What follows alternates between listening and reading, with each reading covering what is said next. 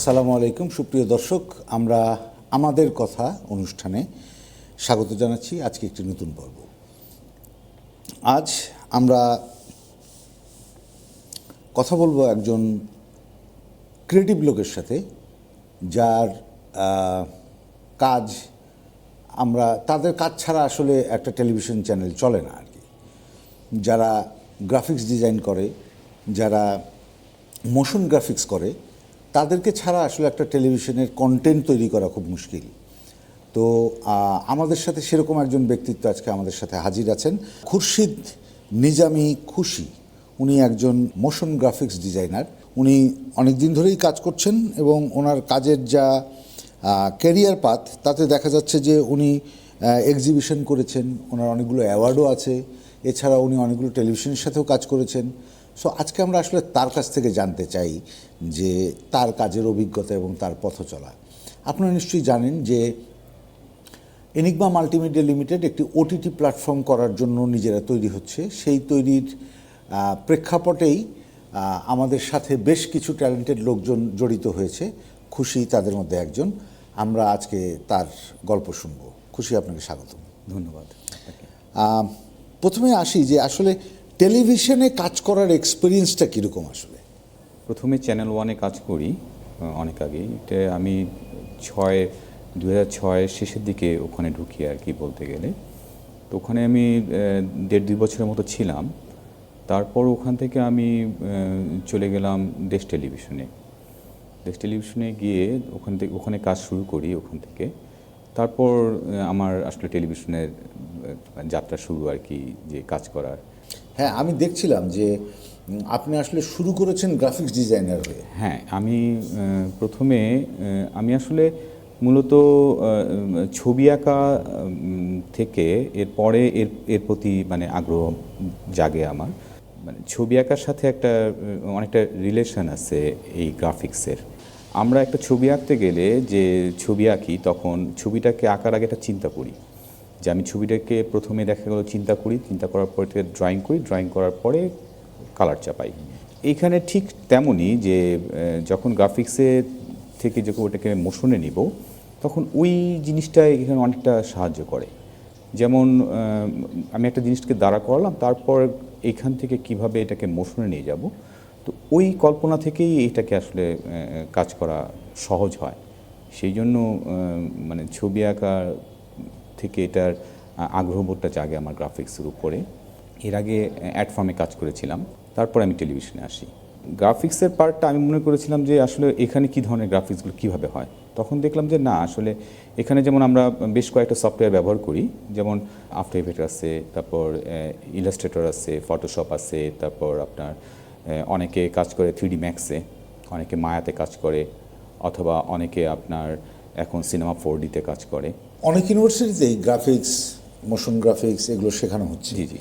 এবং ছেলেমেয়েরা বের হয়ে আসলে ম্যাক্সিমাম ক্ষেত্রেই দেখা যায় যে ফ্রিল্যান্সিং করে, যেহেতু এখন একটা বড় জায়গা তৈরি হয়েছে আর কি। তো সেই জায়গায় তো আমরা যারা যখন টেলিভিশন করি বা আমরা ওটিটি করি বা আমরা কোনো অর্গানাইজেশন করি, সেই জায়গায় তো আসলে আমাদেরও এরকম লোক লাগে। এখন সেটা রিয়েল এস্টেট হতে পারে, সেটা টেলিভিশন হতে পারে, সেটা এনিহোয়ার হতে পারে। তো সেই জায়গাগুলোতে আমাদের জন্য লোকবল পাওয়াটা খুব মুশকিল।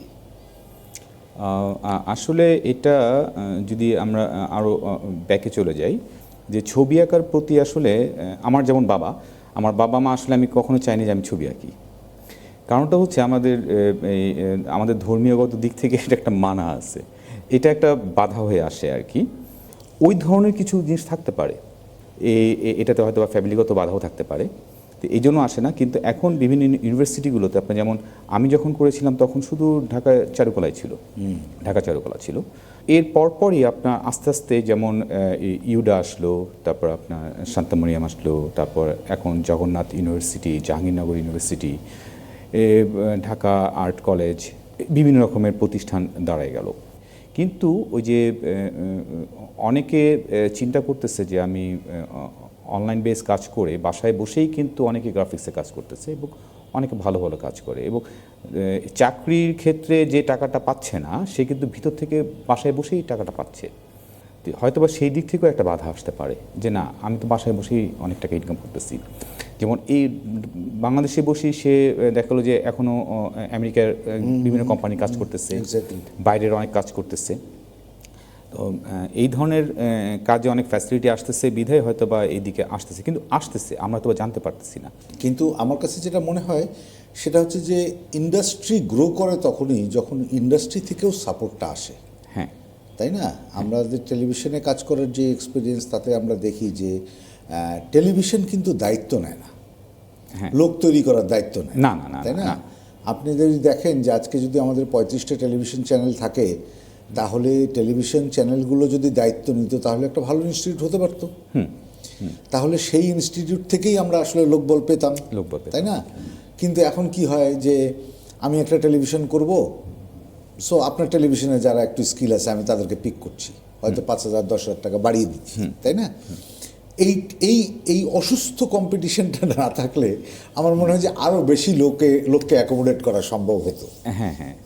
এখন আসলে যেটা হচ্ছে যে আপনার শুধু টেলিভিশন না, একটা প্রতিষ্ঠান শুরু হওয়ার আগে প্রথম পার্টটাই হচ্ছে গ্রাফিক্সের পার্ট। একটা প্রতিষ্ঠানে গিয়ে প্রথমেই দেখা গেলো যে আমি একটা প্রতিষ্ঠান করব, আমি একটা নাম বের করলাম। তা নামের তো একটা ডিজাইন অথবা নামের একটা সৌন্দর্য, Shape, হ্যাঁ। শেপ আসতে পারে, নামটার একটা শেপ আসতে পারে। সেই জন্য স্বর্পন্ন হয় যে গ্রাফিক্স ডিজাইনের কাছে। তারপর আপনার এখানে লেটার হেড লাগে, প্যাড লাগে, তারপর প্রচারের card জন্য লাগে, হ্যাঁ। প্রচারের জন্য বিভিন্ন ভিজিটিং কার্ড লাগে, সবই আসলে গ্রাফিক্সের পার্ট।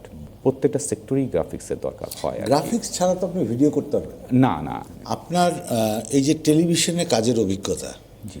সেখান থেকে আপনার এই যে এনিগমা টেলিভিশনে আসা বা ওটিটির দিকে আসা, জি, জি। আপনার ক্যারিয়ারে এই জিনিসটা কিভাবে চিন্তা করেছেন আপনি? আমি পত্রিকায় কাজ করেছি, আমি অ্যাড ফার্মে কাজ করেছি, আমি টেলিভিশনে কাজ করছি, আমি অনলাইন গ্রাফিক্সগুলো এখন যেমন এই যে ওটিটিতে যে কাজ করছি এখন, আসলে এখান থেকে অনেক কিছু শেখা, মানে প্রতিটা ক্ষেত্রেই শেখার যে অগ্রগতি, তো সেখানে আমি আসলে ইনিকবাই সেটা পাচ্ছি, আমি এখানেও শিখছি।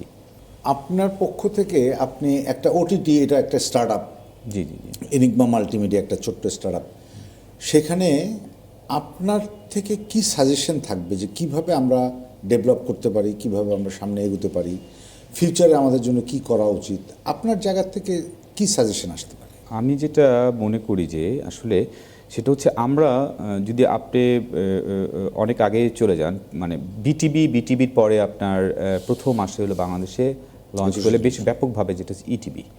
তারপরে আপনার এর মধ্যেও তো এনটিভি, চ্যানেল আই, হ্যাঁ, তারপরে অনেক এরকম থেকে আস্তে আস্তে এখন প্রায় 35 থেকে 36টা টেলিভিশন আসছে। আমি মানে চিন্তা করবো বা বলবো যে ইনিকবা যেন এমন কিছু কাজ করে যেটা তাদেরকে তাদের সাথে গতানুগতিক না হয়ে একটু ডিফারেন্ট কিছু হয়। তাহলে সেক্ষেত্রে কন্টেন্টের ক্ষেত্রে আমাদের কি করা উচিত? আমাদের বিভিন্ন রকমের কালচার আছে, বিভিন্ন রকমের খেলাধুলা আছে, তারপর প্রোগ্রাম আছে, এদের মধ্যে থেকে যেমন অনেক কিছু এমনভাবে বের করে নিয়ে আসতে হবে যেন সেটাকে আমরা সাধারণ মানুষের কাছে তুলে ধরতে পারি, যেন না একটু ভিন্নতর একটা জিনিস এনারা আমাদেরকে দিচ্ছে আর কি, সেটাকে যদি তাদের কাছে পৌঁছে দিতে পারি তাহলে আমার কাছে মনে হয় যে নতুন কিছু আমরা নিয়ে যাব আর কি তাদের কাছে। একটা প্রতিষ্ঠান ডেভেলপের জন্য আপনি একজন প্রফেশনাল হিসেবে এনিগমার জন্য কি সাজেশন দিবেন? আমার কাছে যেটা মনে হয় যে আমরা যে ইনিগমা পরিবারটা আছি বলতে গেলে, তারা যদি সম্মিলিতভাবে কাজ, সুন্দর একটা মানে সবাই মিলিতভাবে কাজ করে যদি কোনো কিছু নতুন কিছু করা যায়, তাহলেই মনে হয় যে ভালো। So you are focusing on team work, সবাই মিলে একসাথে কাজ করা, নতুন জিনিস নিয়ে ডিসকাস করা আর কি, এই জিনিসটা হতে পারে। হ্যাঁ, আপনার পক্ষ থেকে যে অ্যাজ এ খুশি, as a designer, as a artist, as a creative man, so what would be the suggestion for everyone, for us, for OTT প্ল্যাটফর্মের আমরা যারা আছি আর কি, তাদের জন্য আপনার পক্ষ থেকে কি সাজেশন হবে? কিছু কিছু কাজ আছে যেটা দেখো যে অনেকের কাছ থেকে অনেক কিছু আমরা আশা করি না, কিন্তু তার কথাটাও কি যদি আমরা শুনে মূল্যায়ন করে যদি আমরা ওটাকে কাজে লাগাই, তাহলেও দেখা গেলো যে না হয়তো বা নতুন কিছু আসতে পারে। আমাদের সামনের মানে পথ চলার ক্ষেত্রে। খুশি, আপনাকে অসংখ্য ধন্যবাদ আমাদেরকে সময় দেওয়ার জন্য। সুপ্রিয় দর্শক, এতক্ষণ শুনছিলাম খুশির কথা। উনি আসলে আমাদেরকে একটা ভালো ইন্ডিকেশনের কথা বলেছেন, ভালো দিকে ইন্ডিকেশন দিয়েছেন। সেটা হচ্ছে যে আসলে সবাই ইম্পর্টেন্ট। আমরা যারা এখানে কাজ করি তাদের সবার কথা শুনেই আসলে আমাদেরকে একটা পরিকল্পনা করা উচিত। আমাদের যে পরিকল্পনাটা থাকবে সেখানে সবার মতামতটা থাকা উচিত, তাহলেই একটা ভালো টিম তৈরি হতে পারে। তো আমাদেরও ইচ্ছা যে আমাদের একটা ভালো টিম হোক, যেই টিমটা আসলে ভবিষ্যতে বাংলাদেশে ওটিটি মার্কেটে সবার কাছে পৌঁছাতে সাহায্য করবে। সো আপনারা যারা এতক্ষণ আমাদের সাথে ছিলেন তাদেরকে ধন্যবাদ খুশিকে আপনার সময় দেওয়ার জন্য। সুপ্রিয় দর্শক, আশা করি আপনারাও আমাদের এই কথার মাধ্যমে কিছুটা সমৃদ্ধ হয়েছেন।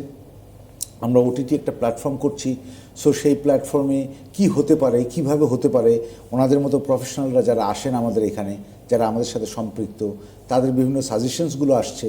সো আমরা আশা করছি যে এই ধরনের একটা ওটিটি প্ল্যাটফর্ম যাতে গণতান্ত্রিকভাবে, ট্রান্সপারেন্টভাবে সবার সামনে আমরা নিয়ে আসতে পারি এবং আপনাদের এন্টারটেনমেন্ট বা আপনাদের মনোরঞ্জনের যে জায়গাটা, সেই জায়গাটাতে আমরা কিছুটা হলেও কন্ট্রিবিউট করতে পারি। আপনারা আমাদের সাথে এতক্ষণ ছিলেন, আপনাদের ধন্যবাদ আপনাদের সময়ের জন্য। আশা করি ভবিষ্যতেও আপনারা এনিগমার সাথে থাকবেন, ভালো থাকবেন, সুস্থ থাকবেন। আল্লাহ হাফেজ।